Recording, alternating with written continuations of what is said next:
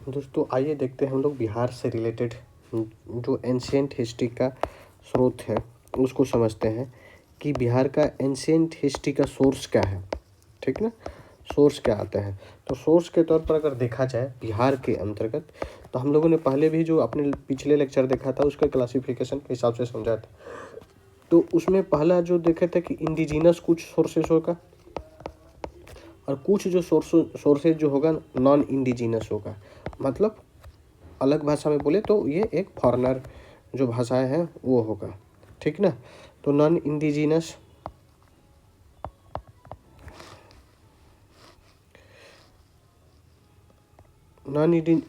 हो गया। ठीक ना, अब अगर हम लोग बात करें कि इंडिजिनस में भी हम लोग दो तरह के देखे थे। एक था सेकुलर, जो मतलब कि रिलीजियस टेक्स्ट ना हो, और दूसरा का था रिलीजियस। अगर सेकुलर के तौर पर अगर हम लोग बात करें तो बहुत सारे टेक्स्ट हुआ करते थे। क्या टेक्स्ट के तौर पर अगर देखें तो कुछ जो टेक्स्ट है टेक्स्ट, ठीक ना, और कुछ जो बायोग्राफी है। अगर हम लोग थोड़ा सा समझने की कोशिश करते हैं तो क्लियरिटी जनरेट होगा। टेक्स्ट के तौर पर अगर हम लोग देखें तो जो अर्थशास्त्र है, ठीक ना, अर्थशास्त्र जो है वो एक सोर्स के तौर पर काम करता है। दूसरा, ये जो अर्थशास्त्र है कौटिल्य के द्वारा लिखा गया है। ठीक है, या इशू को हम लोग दूसरा नाम विष्णुगुप्त भी बोलते हैं। ठीक ना, या इसी को और नाम बोलते हैं हम लोग चाणक्य बोलते हैं। अच्छा, ये तीन नाम है। ठीक ना, कौटिल्य उनका नाम है। ठीक ना, चाणक्य वो टाइटल है। ठीक ना, ये इस तरीके से याद रखिएगा। और ये अर्थशास्त्र हो गया, कौटिल्य कहते हैं। ये जो है अर्थशास्त्र, उसमें आप देखिएगा, उसमें आपको देखने को मिलेगा स्पेशली कि जो बिहार का मगध डायनेस्टी है, ठीक है ना, तो मगध डायनेस्टी का राइज कैसे होता है उससे रिलेटेड कहानी है, जिसमें से मतलब चंद्रगुप्त मौर्य जो है, ठीक, चंद्रगुप्त मौर्य का जो एडमिनिस्ट्रेशन है उससे रिलेटेड बात किया गया है कि उस वहाँ पर किस तरीके का एडमिनिस्ट्रेशन है, किस तरीके से वहाँ पर रूल करना चाहिए, क्या हो रहा था, मतलब नंदा को कैसे सप्रेस करके मौर्य एम्पायर बना है, वहाँ पर उस तरीके का बात किया गया है, यानी कि अर्थशास्त्र के अंतर्गत। दूसरा अगर लेवल पर अगर हम लोग बात एग्जाम्पल के तौर पर बात करें तो एक है मुद्रा राक्षस। ठीक ना, मुद्रा राक्षस, ये जो मुद्रा राक्षस है ना, ये संस्कृत में लिखा गया है, रिटन इन संस्कृत लैंग्वेज। ठीक, और इसका जो राइटर है विशाख दत्त है। ठीक ना, और ये विशाख दत्त है।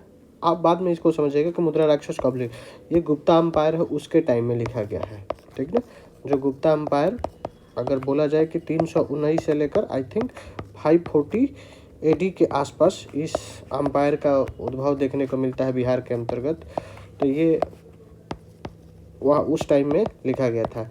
अगर हम लोग बात करें यहाँ पर तो टेक्स्ट के तौर पर देखा तो कुछ बायोग्राफी है जो बिहार के हिस्ट्री को रिफ्लेक्ट करता है। जैसे कि अगर बायोग्राफी के तौर पर अगर हम लोग देखें, बायोग्राफी के तौर पर तो पहला अगर दिख जाएगा जैसे कि महाभाष्य है। ठीक ना,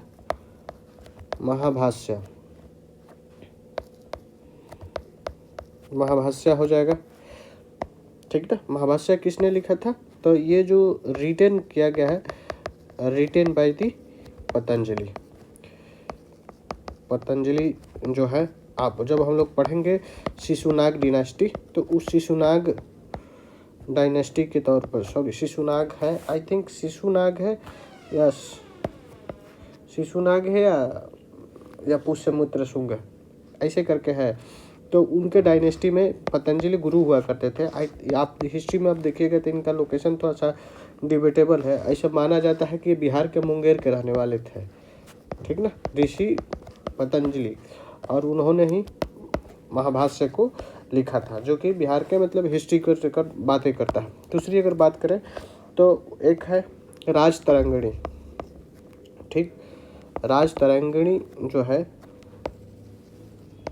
राजतरंगिणी के तौर पर अगर ये बात करें तो ये लिखा गया था कल्हड़ के द्वारा। किसके द्वारा लिखा गया था? कल्हड़ के द्वारा। ये जो कल्हड़ है कौन? कल्हड़ जो है, अच्छा एक्चुअली कल्हड़ जो है एक पोएट है और साथ ही साथ राइटर है। आइए, राजतरंगिणी जो है ना, मुख्य रूप से इसमें मिलता किसका जिक्र है? इसमें जिक्र मिलता है कश्मीर के रूलर का, ठीक है ना। कश्मीर का जो रूलर है उसको लेकर बात किया गया है, ठीक ना। तो ये राजतरंगिणी, साथ ही साथ ये कश्मीर का जो डिबेट रूलर का बात ही करता ही है, लेकिन ये बिहार का भी हिस्ट्री का भी बात करता है। तो ये भी एक एज ए हिस्ट्री के तौर पर यूज होता है। अगर हम लोग बात देख लें यहाँ से तो बायोग्राफी के तौर पर। तीसरा अगर हम लोग रिलीजियस जैसे सेकुलर देखा, उसी तरीके से हम लोगों के पास जो अलग जो इंडिजिनस सोर्स है वो है रिलीजियस टेक्स्ट। रिलीजियस टेक्स्ट के तौर पर अपने पास 3 देखने को मिल जाएगा, क्योंकि बिहार का जो रीजन है एंशिएंट हिस्ट्री से रिलेटेड, तो मुख्य रूप से जैसे कि ब्राह्मण मना जो टेक्स्ट है वो वहाँ से मिल जाता है। साथ ही साथ जो बुद्धिस्ट लिटरेचर कहिए या टेक्स्ट कहिए, ठीक ना, वो भी एज ए सोर्स के तौर पर यूज होता है। थर्ड नंबर पर आप देखेंगे कि बहुत सारे जैन लिटरेचर है, तो जैन लिटरेचर भी एंशिएंट हिस्ट्री के सोर्स पर यूटिलाइज होता है। अगर हम लोग बात करें कि जो ब्राह्मण टेक्स्ट है या ब्राह्मण लिटरेचर है, तो उसके एग्जाम्पल के तौर पर अगर देखा जाए तो आप ऋग्वेद जानते हैं, ठीक ना। ऋग्वेद जो सबसे पहला वेद होता है, ठीक ना, जिसको पहली बार इसी को लिखा गया था। तो ऋग्वेद में जो बिहार को पहली बार बताया जाता है कीकट, किस चीज़ की बात किया जाता है? कीकट बोला जाता है बिहार को। बाद में हम लोग और थोड़ा समझेंगे कि कीकट का ये क्यों कहा जा रहा है। दूसरी अगर बात करें तो यही जो ऋग्वेदा कर रहे, सॉरी ऋग्वेदा तो हो गया, अथर्ववेदा, ठीक है, अथर्ववेदा। और अथर्ववेदा में भी बताया गया है, बिहार के बारे में जिक्र किया गया है, जो कि उसमें अथर्ववेदा में जो बिहार के रहने वाले लोग हैं उसको ब्रात्य कहा गया है। क्या कहा गया है? ब्रात्य, ठीक। तो ये ब्राह्मणिकल टेक्स्ट है। उसी तरीके से अगर और देखें तो जैसे पंचाभिमांसा हो गया, पंचाभिमांसा, ठीक ना। तो पंचाभिमांसा जो है ये भी क्या करता है? बताता है कि किस तरीके से बिहार का मतलब स्थिति रहा। जैसे कि एग्जाम्पल के तौर पर ये एविडेंस के तौर पर यूज करता है। जैसे अथर्ववेद हो गया, पंचाभिमांसा हो गया, ये बताता है कि बिहार में आर्यन कैसे आए, ठीक ना। बिहार में आर्यन कैसे, मतलब लेटर वैदिक के दौरान क्या ऐसा हुआ था, क्यों हुआ था, उसके लेकर जिक्र किया गया है पंचाभिमांसा में, और अथर्ववेदा में भी बताया जाता है थोड़ा बहुत। अब उसी तरीके से अगर हम लोग बात करें थोड़ा सा और से स्रोत के तौर पर देखें तो बिहार में बहुत जो पुराण है, आप देखिएगा कि बहुत सारे पुराण हैं जो इंडिया में गुप्ता के टाइम में लिखा गया है। और वो पुराण जैसे कि एग्जाम्पल के तौर पर अगर देखें जो मार्कंडेय पुराण है, ठीक ना, मार्कंडेय जो पुराण है, मार्कंडेय पुराण हो तो उसमें भी आप देखिएगा क्या मिलेगा? बिहार का जिक्र मिलेगा, बिहार का जिक्र मिलेगा। एग्जाम्पल के अगर तौर पर देखें तो जैसे बैदेहा हो गया, ठीक ना, बैदेहा हो गया, वैशाली हो गया, ठीक। तो इस सब का जिक्र आपको कहाँ मिलेगा? पुराण के अंतर्गत मिलेगा, ठीक। तो यहाँ से आप इस चीज़ को क्लैरिटी के साथ, मतलब जो ब्राह्मणिकन टेक्स्ट है वहाँ पर बिहार के देखने को मिलता है। तो ऋग्वेद में बिहार को कीकट कहा जाता है, वही अथर्ववेद में जो बिहार के रहने वाले लोग हैं, बिहार के अंदर में जो लोग रहते हैं उसको ब्रात्य कहा गया है। पंचाभिमांसा ये बताता है कि बिहार में आर्यन कैसे है, उसको लेकर बात किया जाता है। पुराण जो है जैसे कि एग्जाम्पल में मार्कंडेय पुराण है, वो बैदेहा और वैशाली के लेकर जिक्र करता है कि किस तरीके से उनका एडमिनिस्ट्रेशन या किस तरीके से उनके वहाँ के राजा कौन था, पूरे मतलब वर्णन करता है। तो ये रहा अपना कौन सा, ये रहा ब्राह्मणिकल टेक्स्ट। दूसरा नंबर पर अगर हम लोग देखें तो दूसरा नंबर पर हो जाएगा बुद्धिस्ट टेक्स्ट। बुद्धिस्ट टेक्स्ट के तौर पर अगर बात किया जाए तो अंगुतर निकाय, कौन सा? अंगुथर या अंगुतरा, ठीक ना, अंगुतरा निकाय, ठीक है। ये अंगुत्तर निकाय में क्या किया गया है, बिहार के बारे में जिक्र किया गया है। और जो बिहार के मतलब उसमें बताया जाता है कि किस तरीके से वहाँ पर रूलर क्या थे उनके, मतलब पूरे बिहार का जिक्र हुआ है, बताया गया है। अब उसी तरीके से अगर बात करें तो जो दीघ निकाय है, ठीक ना, या दीघा निकाय बोलते हैं उसको, तो दीघा निकाय के अंतर्गत भी क्या किया गया है, बिहार का जिक्र मिलता है। उसी तरीके से जो विनय पिटक है, विनय पिटक है, जो पिटक है,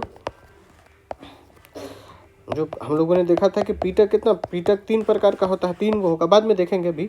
तो विनय होता है, एक विनय पिटक होता है, एक विनय पिटक होता है, एक अभिधम पिटक होता है, विनय पिटक, अभिधम पिटक, एक और होता है 3 प्रकार। तो जिसमें से विनय पिटक है ना, तो विनय पिटक में क्या होता है, बिहार का जिक्र मिलता है, ठीक है।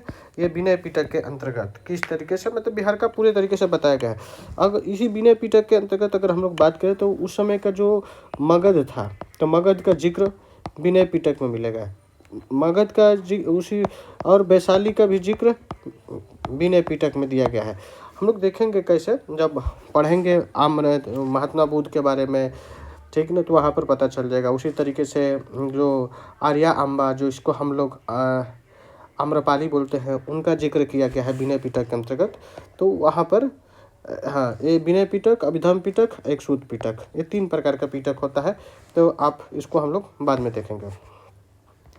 यानी कि जो बुद्धिस्ट टेक्स्ट है उसमें भी वहाँ पर जिक्र मिलता है। और भी जैसे बुद्धिस्ट टेक्स्ट के तौर पर अगर देखें तो दीपावंसा है, कौन सा, दीपावंसा, दीपावंसा हो जाएगा, ठीक ना, महावंसा हो जाएगा। अच्छा, दीपावंसा महावंसा ये है क्या, नाम से पता चला। दीपावंसा, दीपा मतलब क्या होता है, आइलैंड, श्रीलंका की बात किया जा रहा है, श्रीलंका की बात किया जा रहा है।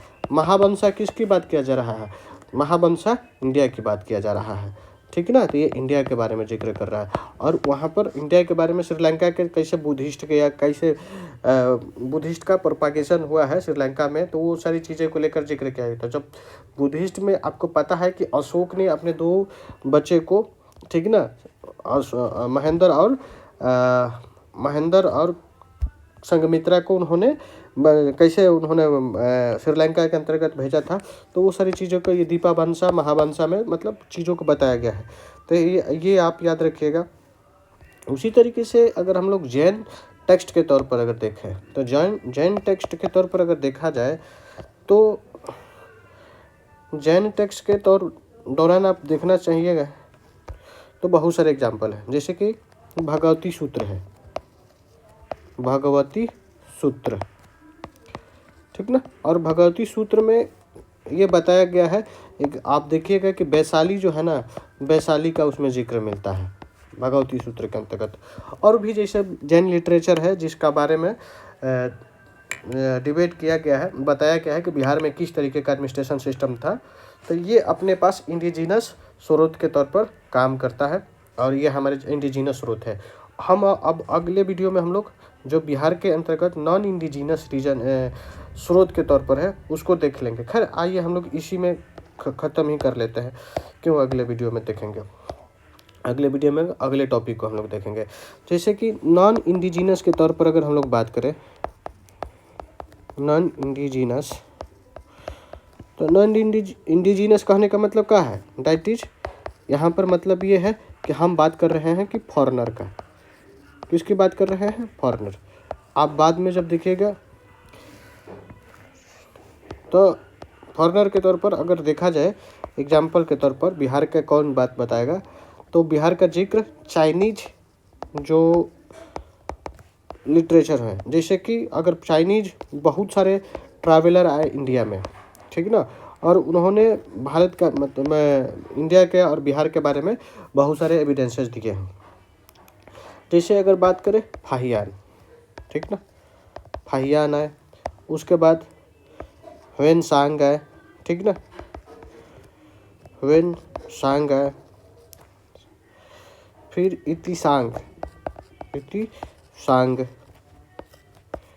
ठीक ना, अरे सॉरी,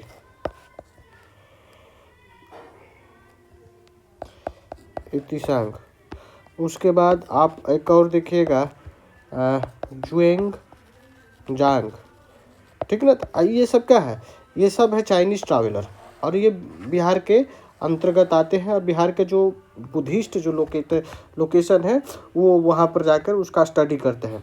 एग्जाम्पल के देखिएगा तो जैसे कि ह्वेनसांग है, हर्षवर्धन के पीरियड में आते हैं, हर्षवर्धन के टाइम पीरियड में आएंगे, ठीक ना। ये चाइनीज़े हैं सब, मतलब 6वीं 7वीं शताब्दी तक के आसपास ये आते हैं। फाहियान भी आप देखिएगा कि जो गुप्ता एम्पायर है, ठीक ना, तो गुप्ता एम्पायर के दौरान ये आते हैं, विजिट करते हैं और बिहार का जिक्र करके जाते हैं। नालंदा वगैरह का जो नालंदा मोनेस्ट्री है उसके बारे में जिक्र करते हैं। तो इस तरीके से हम लोगों ने देखा कि ये चाइनीज़ हो गया। दूसरे नंबर पर अगर और देखें तो जो तिब्बतन ट्रैवलर है, ठीक ना। तिब्बतन ट्रैवलर जो है, जैसे एग्जाम्पल के तौर पर अगर हम लोग बात करें तो धर्मा स्वामी, ठीक ना। ये ऐसे तो धर्मा स्वामी है 12वीं सेंचुरी के आसपास आएंगे, लेकिन ये याद रखिए कि ये भी आते हैं तो क्या करते हैं, बिहार का जिक्र करते हैं। लगभग इनका 1232 से लेकर आई थिंक 34 के आसपास बिहार में विजिट करते हैं। और ये जो है ये बताते हैं कि बिहार में मुस्लिम रूलर कैसे प्रोपागेट हुए, मुस्लिम जो रीजन है बिहार में मुस्लिम का स्थापना कैसे होता है टेरिटरी का, वो इस सारी चीज़ों के बारे में बताते हैं। तो ये आप याद रखिए कि ये भी पूछा जाता है कि धर्मा स्वामी कहाँ के रहने वाले थे, तो ये तिब्बत के रहने वाले थे, ऐसा PYQ में पूछा गया है। ये भी क्वेश्चन आ चुका है कि ह्वेनसांग किसके समय में आया था, तो हर्षवर्धन के टाइम में आया था। ये भी पूछा गया है कि फाहियान के टाइम किसके पीरियड में आया था, तो गुप्ता पीरियड। क्वेश्चन आ चुके हैं ऑलरेडी। आप क्रोनोलॉजी में भी याद रखिएगा कि पहले कौन आया था, तो पहले नंबर पर फाहियान आया था, दूसरा नंबर पर ह्वेनसांग आया था, तीसरा नंबर पर इतिसांग, उसके बाद चौथा नंबर पर जुएनजांग। तो आप ऐसे करके याद रख सकते हैं। ये क्रोनोलॉजी भी याद रखिएगा कि पहले से, क्योंकि अरेंज करने के लिए आ जाता है एग्जाम हॉल में कि अरेंज कीजिए कि कौन पहले आया है कौन बाद में आया है। तो इस तरीके से आप नॉन इंडिजिनस स्रोत के तौर पर हम लोगों ने देखा। और नेक्स्ट वीडियो में हम लोग देखेंगे कि बिहार के अंतर्गत जो और भी स्रोत जैसे कि नॉन लिटरेरी स्रोत है उसको देखेंगे। यहाँ तक के लिए आपको